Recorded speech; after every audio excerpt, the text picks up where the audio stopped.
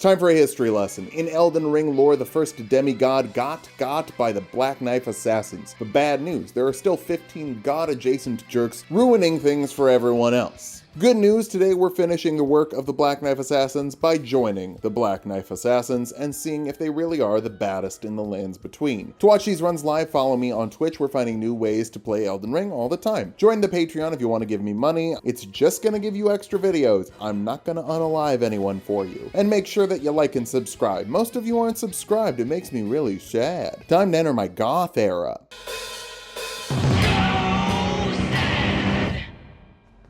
Thank you. Not a race, guys! It's another Dex Faith secret starting class, higher faith requirements though, so we're starting as a prophet. The other Dex Faith build we did was the Clean Rot Knight, so I guess Dex Faith builds are sapphic behavior. Scion kills us for the express ticket to Limgrave, where we buy a crafting kit, get a horse, and save Alexander. I'm a murderer, not a monster. Get a water bottle and warp to the Dragon Barrow so we can get enough faith to actually use the dagger. Knight's Cavalry is really trolling us today. I know you can bait him further on the bridge when you get to a different part of the bridge, but he can hit you there and you can fall off there. I mean, I get hit where I do it too, but I don't know, this is just where I like to do it. I feel like I fall off less. Then we die and it falls off, I guess. I see this as an absolute win.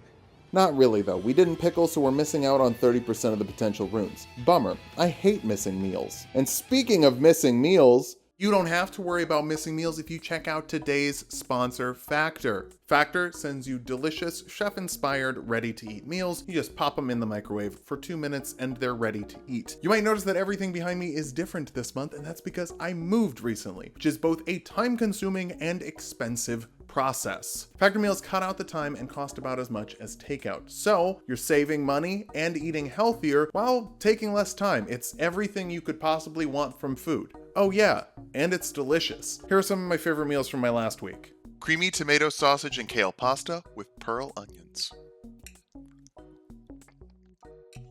Ground pork and tomato fusilli ragu with green beans. Mushroom and chicken thigh risotto with garlicky green beans.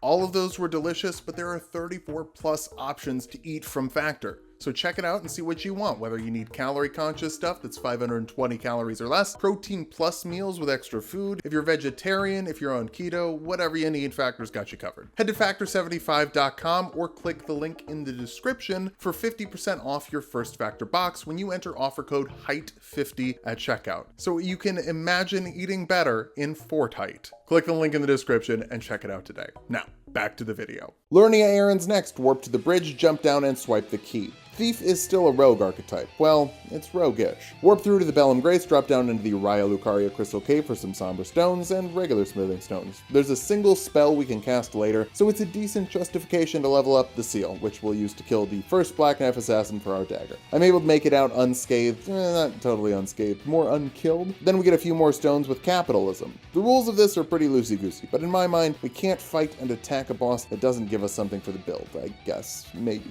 But look, these videos aren't curing anyone's diabetes. They're just excuses for me to play Elden Ring, for you to watch me play Elden Ring. Little boost in the Weeping Peninsula, some stones we can buy, a golden seed, 1 sacred tier, then the faith tier for plus 10 faith, and 2 more sacred tiers. We're back to Bellum for another tier. Dang, we got really good juice this early. Then I realized something. We haven't imagined Black Knife Assassins in Fortnite. Here we kill the Fort Knight and leave to imagine the Black Knife Assassin in Fort Pharaoh. Just get the next piece of the Dectus Medallion and get out. Time to go to Altus. The Seal Tunnel will give us the Bell Bearing 2 and a Smithing Stone 5 we can use to get the seal up as high as we possibly can, or at least as high as we possibly can without spending a bunch more time running around the overworld, or a bunch more time running around the overworld. We've already been running around the overworld quite a bit. Now we have to fight the Black Knife Assassin, and I made a mistake, gamers. I trusted the spell enjoyers, forgetting that spell enjoyers always add 20 caveats to explain why the spells they enjoy are good. Catch Flame is good if you have like 30 decks and get the Radigan icon to boost your casting time, the Flame Shouting Tier, and the Fire Giant Seal to boost your damage, but if you don't,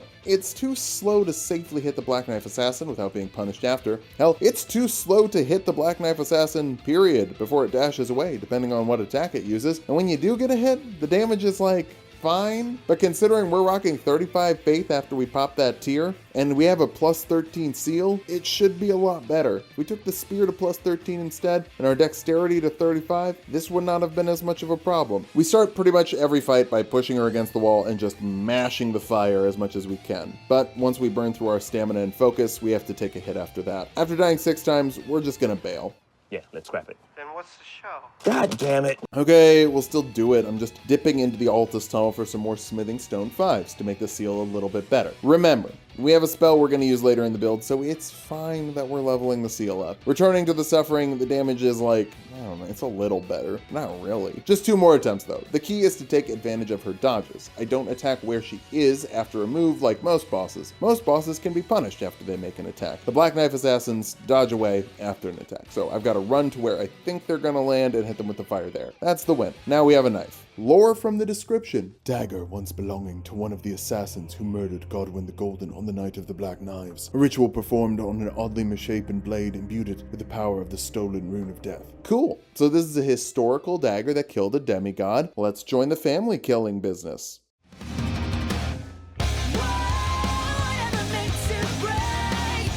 Oof, but the knife is very dull. It could barely cut through a crab at this point, and crab is pretty soft. Crabman is also pretty soft, and our dagger laser can melt him like butter over some sort of seafood that goes well with butter. Can't think of one right now. Since we slice the crab up, a snake will take us to Volcano Manor. Snakes hate crabs, I guess. We just run through the town for the Somber Stones 5 and 6, and then realize I didn't grab the Somber 4 from outside. Makes us throw knives with a hand. Funnily enough, it's weak to fire, and you can bait it onto the bonfire. Guess it can't fight the intrusive thought to touch the stove if it doesn't have a brain. I also don't have a brain though, because it turns out if you want the Somber Stone 4 he drops, you have to pick it up. So we have to fight it one more time, and then we pick it up. A plus 6 knife is great, but it doesn't stop us from getting rotted in the abandoned cave. We throw a bunch of armor on, that's fine. Assassins are proficient in disguise kits, and the Black Knife Assassins actually disguise themselves in-game. More on that later. We get to the Clean Rots. Their best resistance is holy, but hey, we don't care. A plus 6 dagger is really strong for Kaled, and this dagger is pretty strong on its own anyway. When you hit stuff with the weapon art, they lose a percentage of their max health and take damage over time, in addition to the damage the beam does automatically. Yeah, it's pretty great. And now we have the Golden Scarab Talisman for 20% more runes. Nerd juice is actually a problem. I guess I should have left the armor on, because if you're naked, knives are really dangerous. Did you know Yura doesn't show up until you hit nerd juice? Yeah, I do.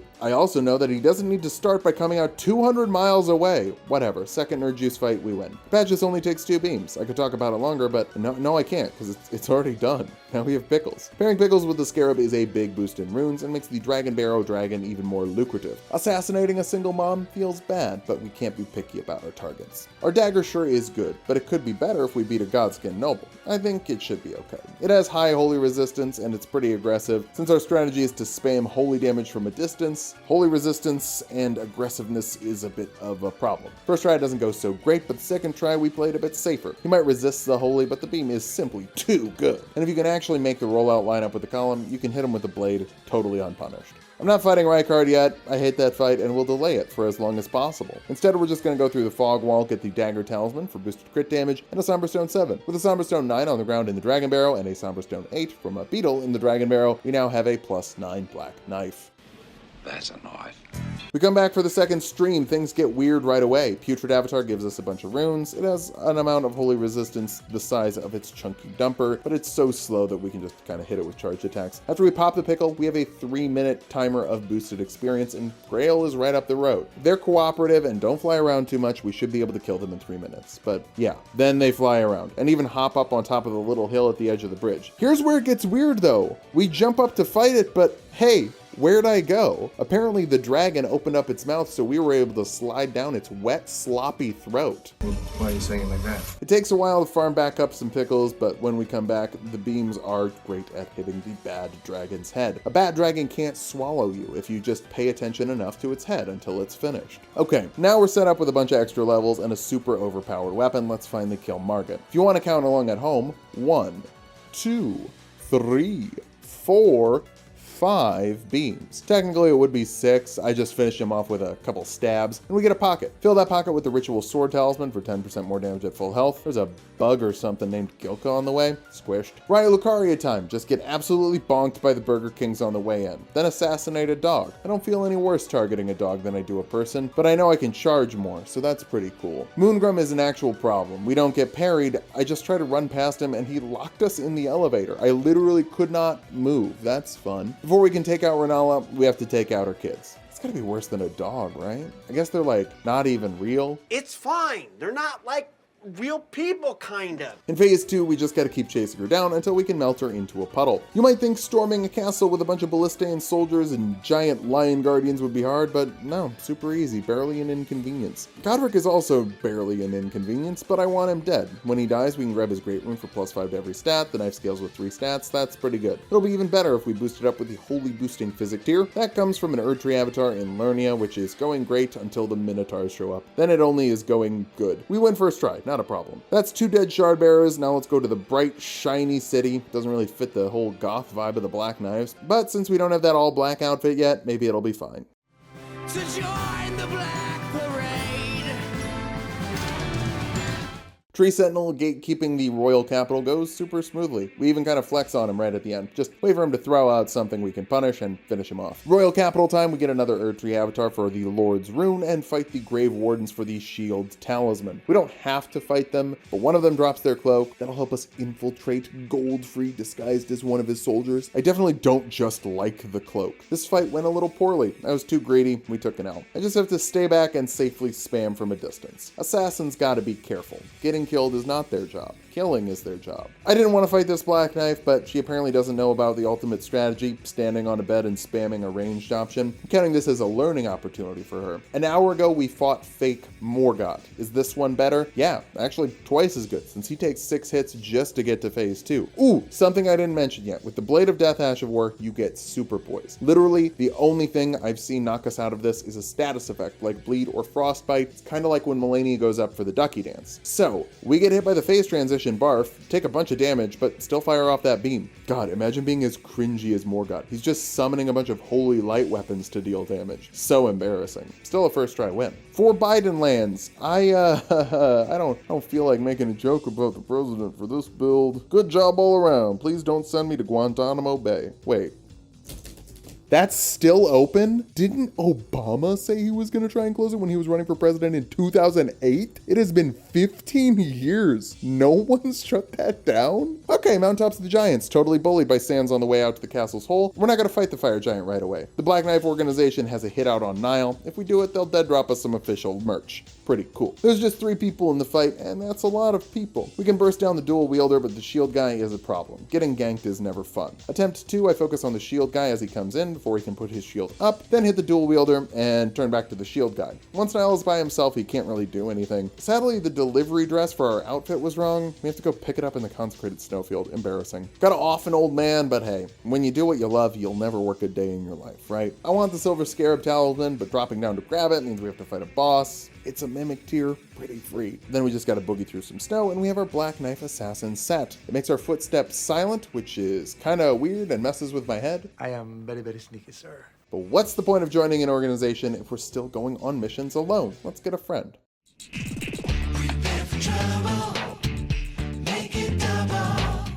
Oh, and another putrid avatar because it's worth a lot of money. I hot swapped the dagger talisman on for better crits, but the dagger talisman is bad for daggers because daggers are bad at getting crits. They do more damage with crits, but you're never going to get them. They have some of the lowest stance damage in the game. Anastia drops an ancient somber stone we need to get our weapon to +10, and Ensha invades us right after. Whoops, sorry, kind of forget about him. Getting a partner requires us to go underground, so we have to take out Radahn. I had to take him down anyway. He's a remembrance boss. I fought him as the first boss, fighting him as the 20th boss with a +10 unique weapon. Yeah, I don't care that he's got 40% holy resistance. He's toast. Of course, we talk to Alex. He's a friend to all, even the goths. Then it's off to Caria Manor, where we can beat a dead horse and a lady on top of it. Say hi to our old boss. She hires us to pull a knife out of her brother's hole and fight a second mimic tier. Hey, while we're here, let's light the torches and fight the Regal Cinema Spirit. It's one of the very, very, very few bosses actually weak to holy, so it only takes 1, 2, 3, 4 beams to get it done. Ronnie gets her knife, so we can go back to the Incel Riverbane and talk to a suspicious doll that's just left lying around. Then say hi to Phalanx Demon's Holes and fight Blide. Wait, that's not Blide. That's a Black Knife assassin in disguise. She is not used to swinging a sword that big, and it shows. She literally never dodges our beams. Astel is next. He does the tail attack when we're way too close, so we didn't even have to dodge. Kind of don't even need to dodge the meteors. That's got to be the attack with the biggest discrepancy between how intimidating it is and how dangerous it is. They might be meteors, but they're never going to meet me. I guess we have to get engaged to Ronnie if we want to go to the Moonlight Altar. That seems like something your boss shouldn't make you do. We really just have to grab the ring. We don't have to propose. Instead, we'll fight Electo. It's another Black Knife assassin, but with way more health, way more damage, and a big AoE. Now, while it looks like Malekith's AoE, it's actually better. Malekith's only goes in front of him, so you can roll behind and punish. Hers is centered on her, so if you roll behind her, you're still getting hit. Learn that the hard way. Twice. Third try, we get our beams off. Obviously, she has pretty good holy resistance. What are you gonna do? Destroy her! And we're rewarded with the Black Knife Tiche Spirit Ash. Lore from the description. Tiche was one of the assassins who, on the night of the plot, imbued her black knife with the rune of death and slew Godwyn the Golden. She was the daughter of Black Knife leader Electo and was killed protecting her mother during their flight from the royal capital. Spirit Ashes are rad. They have great lore, and they let you feel like you have a party member. It's cool. Like, what's the story here? Is Electo protecting the ashes of her daughter? Or is Electo testing your mettle to see if you're worthy to partner up with her daughter and finish off the rest of the demigods? Who knows? I'm not summoning Tiche for the Fire Giant, though. He rolls around too much and Spirit Ashes really can't keep up. Latenna is kind of okay here because she has such bonkers range, but everyone else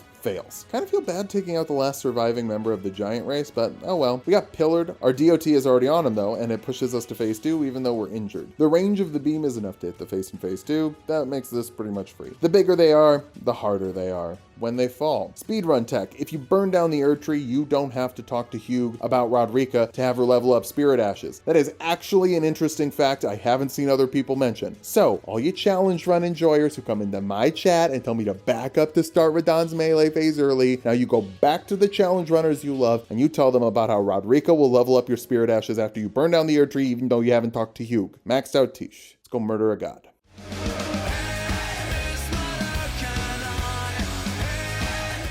Speaking of duos who try to commit deicide, the Godskin duo. We actually don't debut Tiche here, not because it's not allowed, but because I forgot to buy her a bell. Actually, I have to buy the spirit calling bell if you want to call spirits. Who could have guessed that? Or get it from Ronnie. But the Black Knife Assassins working with Ronnie, I don't know. That seems like kind of a stretch. I guess we just team up with Bernie instead, and even though he's a jock, he's chill with the Goths. Mostly because he helps us with violence. It's the thing that brings everyone together. Speaking of jocks who are chill with Goths, Alexander. Swag jump, open the fog door, and remember, we forgot to talk to him in the hot tub. Okay, might as well kill the Tibia Mariner on the way. They're another one of the bosses that is weak to Holy. Magma Worm isn't weak to Holy, but he could interrupt us while chatting with Alex.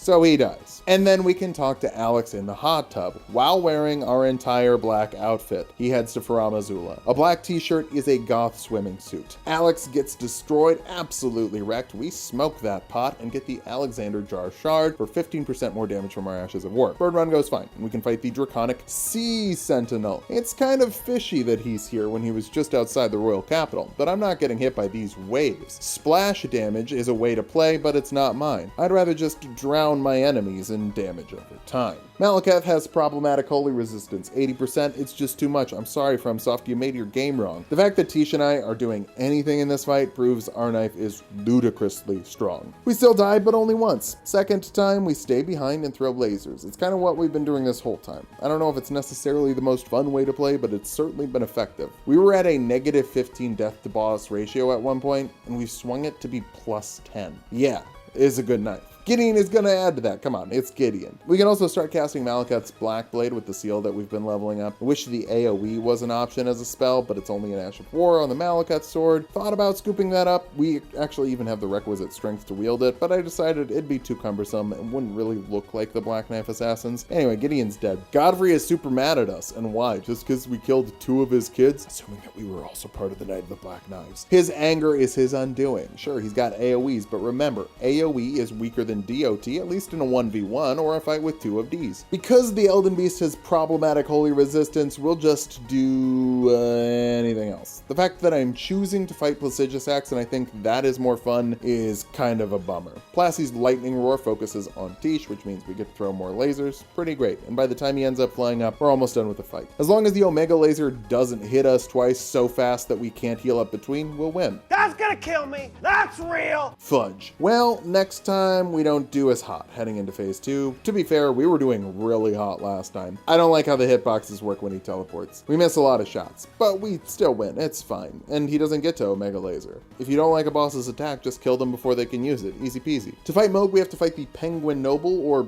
run around doing all of Vari's quest. Penguin Noble is fine, but Reduvia is kind of a great counter to the Black Blade. Our strategy for NPC fights is trading, because if they're not attacking us, they're going to roll out of the way of our beam. So we have to just let them hit us while we beam. But remember, the only thing that can ruin our super poise on this Ash of War is bleed. And they never nerfed Power Stance bleed buildup on NPCs like they did for players. Why not? Honestly, I think they just forgot. Spooky Cave Time. Summon Tiche to fight the Noble while we shop for rune arts. I didn't grab the Moog tier. We're just kind of a raw dog in this fight. In phase 1, Moog is not aggressive enough to provide any problems. Since we don't have the tier though, we have to throw 3 flasks in the trash. Power of Sisterhood pulls through. Sisterhood and incredible violence. Speaking of duos, gargoyles. There's 2 of them, and killing them opens up the path to the Deep-Root Depths. We're pretty overleveled for this fight, so the first one is dead before the second one can really get going. On the way down, assassinate some ants. Assassinate them? Then we'll fight Fia's champs. NPCs are pretty good at dodging the beams, but once we get them to connect, they pretty much one-shot any of them. While that's happening in the background though, let's do math for everyone. Last week I did a minimum boss run, and some of you said the Draconic Tree Sentinel is an optional boss because you can warp to Lindell from the gate next to Fia. The Draconic Tree Sentinel is 1 boss. To get to that gate, you have to kill Fia's champs, which are also 1 boss. But to get to Fia's champs, you have to kill the Valiant Gargoyles, or Sewer Moog. Both of those are 1 boss. To fight Sewer Moog, we have to be in the Royal Capital and have beaten Morgoth if you want to go to the Deep-Root Depths. So, it's the Gargoyles. To get to the Gargoyles, you also have to fight the Mimic tier, which is 1 boss. That's Gargoyles, Mimic, and Fia champs. All 1 boss. 1 plus 1 plus 1 is 3, which is more than 1 boss of the Tree Sentinel. So when I said I had to fight the Tree Sentinel, it's because 3 is a bigger number than 1. Do we all get that? I'm not a stupid fucking idiot. Good news, fighting God is no longer the most annoying thing we need to do. Bad news, that means everything we have to do is annoying now. 80% holy resistance is a real humdinger, even if the blade beam is pretty strong. Attempt 1, I just get beaten down. Pretty normal occurrence here. I'm just always a little rusty against Radagon. Not like Rusty, the other Elden Ring creator. I'm sure he's pretty good at Radagon. Second try, we're dodging much better, heading into the Elden Beast with plenty of flasks left. The DOT does even better there. The beast is slower and larger, so you're not gonna miss. Right as the Elden Stars come out, we get the big crit. Haven't mentioned it yet, the knife gets 10% more crit damage. It's because, like, you have to be fighting the biggest, slowest, loserest, idiotest of a boss to get that. And this is the first time we fought the Elden Beast. That's the big boss of all the big bosses dead, but just so there's not a power vacuum, let's finish everyone else off. There's only one way out, it's through and through and through. Through and through.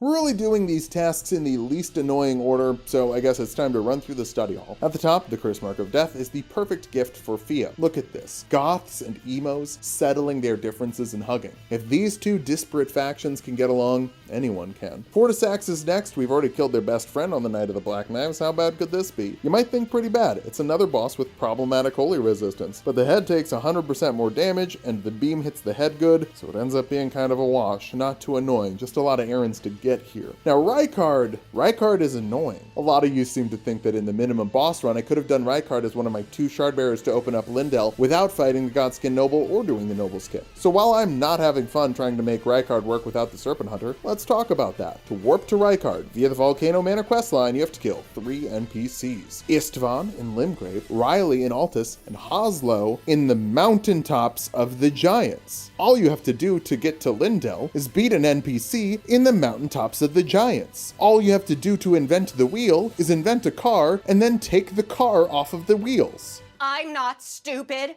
I'm smarter than you. A lot of y'all act like you know this game better than everyone else, but like, you don't seem to know the game all that well. And even if that was true, I'd be replacing Mobert Radon with Rykard, which is worse. I've honestly considered adding an option for myself to just add 10 deaths to the run and count Rykard as dead without having to come do this fight. If you're not using the Serpent Hunter, this fight is designed to not be fun. The lava flinches you, so you can't attack. His body doesn't exist correctly in phase 2. Even if you're in the lava paint, you're gonna whiff. If you're using ranged stuff from out of the lava, you can't make him flinch, so he gets to hit you. Also, in phase 2, you get disjointed hitboxes from the skulls and his sword swings. Now, if you stun lock him with the Serpent Hunter, none of that's a problem, and you're rewarded by not having to fight Rykard. But hey, if the best part of fighting a boss is that you don't have to fight the boss fight sucks. Eventually, after quitting out from running out of magic over and over and over again, I decided a Black Knife Assassin could pick up the fucking Serpent Hunter and get us out of here. Woohoo! There are other Black Knives in Liturgical Town. One almost blocks us into a corner, but thankfully, she's nicer than Moongrim. Haligtree, swag jumping. Hey, I guess we could have come here to fight Loretta instead of Rykard or Fortisex, but Look, I'm gonna be totally honest with you. I forgot you're here. okay, Loretta kinda needs a buff. I wouldn't say that about most bosses, but her health bar is way too low for the Haligtree, and her big slash move is way too easy to dodge if you just stand next to her. You don't really even need to roll. I guess it's a nice breather before Malenia. It might seem like I complain about chat and comments, but y'all don't know what it's like to have over 100 people giving you advice for the way you're playing. Like, take this Rodderfall. Someone was insistent on giving me their super helpful tip to cross it, and the tip was hold circle. The tip was to use the sprint button, which would be an obvious fix, but also you can't even sprint here. Like, wouldn't that drive you a little bit insane? Malenia can also drive you crazy. Oh, but it's not that bad when you've got a way to stand back. The Ducky Dance is kind of her only attack that I'd consider bullshit, and if you aren't right next to her, it's not all that bad. We get to phase 2 on our first attempt, but Attack of the Clones is also a little hard to dodge if you're right next to her. I don't think that one's bullshit, but it's not easy to dodge. Back at it, the beams are beaming. This game is easy as hell if you don't have to engage. She onions to start phase 2, onions again, we get rotted, and then onions a third time? Can there be 3 onions? I guess. Weird. We still won though. A little anticlimactic, but after you get this knife going, just kind of cooks the rest of the game. 7 hours and 26 minutes, we killed 41 bosses and died 24 times. That makes us a little bit better than Sigurd, but kind of performs in the opposite way. Sigurd sailed through the early game and struggled at the end against Malenia. This build struggled to get going, then finished off super strong. Really just get a better method to handle the Black Knife Assassin to get the knife, and stay back and enjoy spamming. That's fun for you. I don't know. I didn't really love it. To watch these runs live, follow me on Twitch for finding new ways to play Elden Ring all the time. Join the Patreon if you want to give me money. It's the best place to do it. And make sure that you're subscribed so you don't miss the next episode.